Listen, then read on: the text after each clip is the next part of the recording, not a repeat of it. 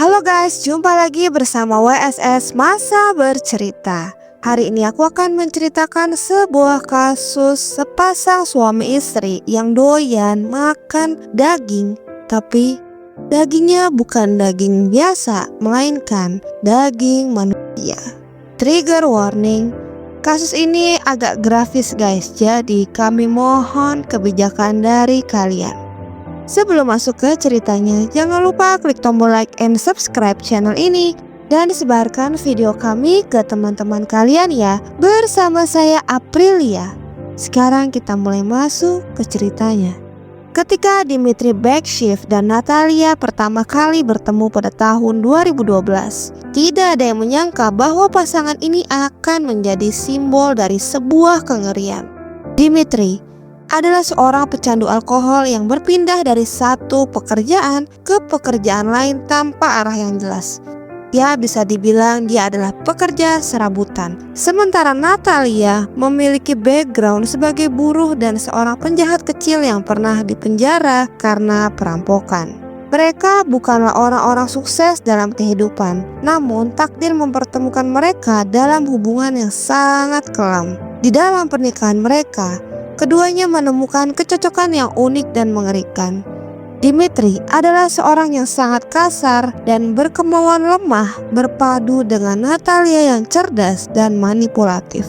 Kombinasi ini membentuk pasangan mematikan yang akan menciptakan sejarah kejahatan paling sadis di Rusia.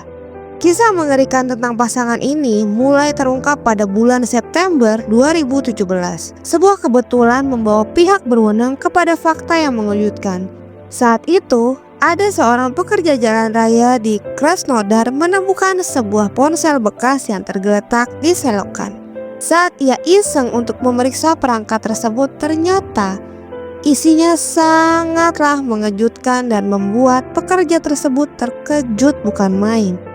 Di galeri ponsel tersebut berisi gambar-gambar yang mengerikan, seperti sebuah kepala manusia yang sudah terpal, tangan yang dimasukkan ke dalam mulut, dan foto seorang pria yang berpose riang dengan kepala wanita yang sudah terlepas dari tubuhnya. Yang lebih mengerikan lagi, ada gambar sebuah piring saji dengan kepala manusia yang masih penuh dengan cairan merah yang dikelilingi oleh buah jeruk.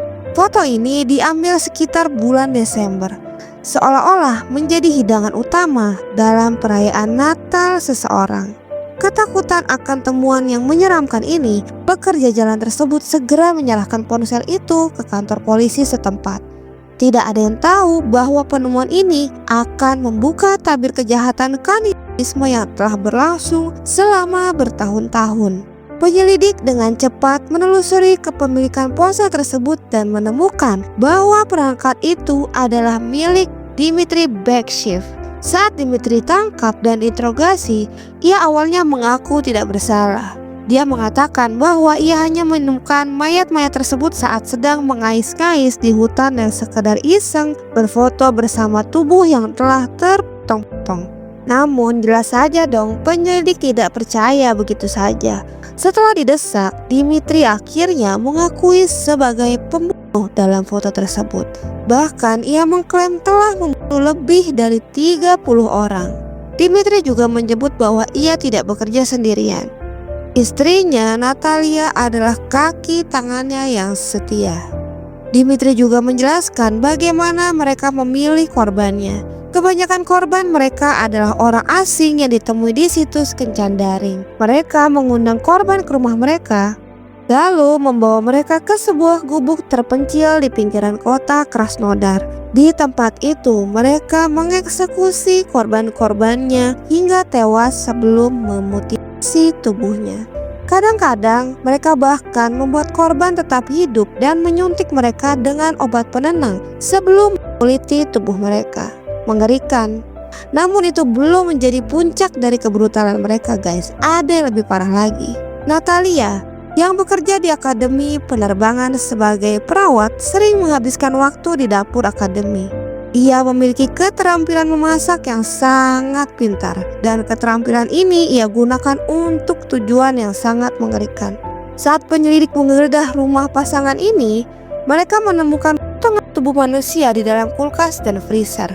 Yang lebih mengejutkan lagi, ada toples berisi bagian tubuh yang telah diawetkan dengan larutan khusus. Dimitri mengungkapkan bahwa Natalia kerap memasukkan daging manusia ke dalam pai daging yang kemudian dijual ke restoran lokal. Tar dulu. Bahkan ada lebih parah lagi nih. Untuk menarik pelanggan, ia membagikan sampel gratis di jalanan. Berarti itu orang-orang yang terima sampel gratis udah makan daging manusia juga. Mereka juga termasuk kanibal. Ia juga diketahui sering memasak dan menyajikan makanan berbahan daging manusia kepada para taruna di akademi militer tempat ia bekerja. Para taruna ini yang tak mengetahui bahan asli dari makanan tersebut merasa ngeri ketika akhirnya kebenaran terungkap. Korban terakhir yang diketahui dari pasangan kanibal ini adalah seorang pramusaji bernama Elena Vakrusheva. Pada suatu malam, ia datang ke rumah Dimitri dan Natalia untuk menghadiri undangan makan malam. Namun, tak lama setelah kedatangannya, suasana berubah menjadi mencekam. Natalia tiba-tiba menuduh Elena berselingkuh dengan suaminya. Pertengkaran hebat pun terjadi. Ketika Natalia semakin emosional, Dimitri menunjukkan kesetiaannya dengan mengekam dada Elena. Setelah itu mereka langsung memisahkan tubuhnya dan menyimpan seperti yang telah mereka lakukan pada korban-korban sebelumnya. Namun kali ini mereka tidak seberuntung sebelumnya.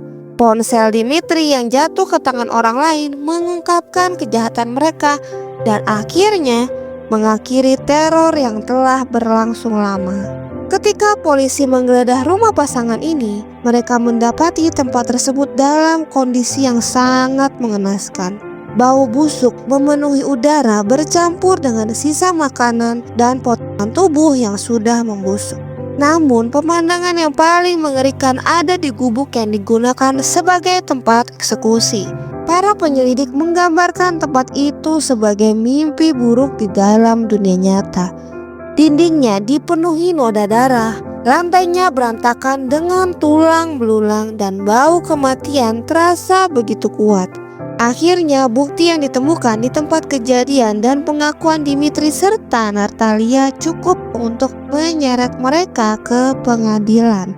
Pada tahun 2019, Dimitri dan Natalia diadili atas pembunuhan Elena Vakrusheva, satu-satunya korban yang kematiannya dapat dibuktikan di pengadilan. Meskipun Dimitri mengaku telah menghabisi lebih dari 30 orang, pihak berwenang tidak memiliki cukup bukti untuk mengaitkan mereka dengan semua pembunuhan tersebut. Natalia juga dinyatakan bersalah karena menghasut suaminya untuk melakukan pembunuhan dan dijatuhi hukuman 10 tahun penjara. Kok cuma 10 tahun ya? Sebentar banget. Setelah dibebaskan, ia akan diawasi secara ketat selama 18 bulan sebelum dibebaskan kembali ke masyarakat. Sementara Dimitri dinyatakan bersalah atas pembunuhan Elena dan dijatuhi hukuman 12 tahun penjara di fasilitas keamanan yang maksimum. Namun ia tidak sempat menjalani seluruh hukumannya. Kurang dari setahun setelah dipenjara, Dimitri meninggal dunia akibat komplikasi diabetes mellitus yang tidak bisa diobati. Kasus ini meninggalkan bekas luka mendalam bagi masyarakat Rusia. Kejahatan yang dilakukan oleh Dimitri dan Natalia Beksiv begitu mengerikan hingga menjadi salah satu kasus kanibalisme paling terkenal di dunia modern. Meskipun mereka telah tertangkap, fakta bahwa mereka bisa melakukan kejahatan ini selama bertahun-tahun tanpa terdeteksi masih menjadi misteri yang mengerikan. Mungkin jika bukan karena seorang pekerja jalan yang menemukan ponsel Dimitri, mereka akan terus melanjutkan kebrutalan mereka. Ini adalah kisah yang mengingatkan kita bahwa terkadang monster yang paling menakutkan bukanlah makhluk mitos, tetapi manusia yang hidup di antara kita.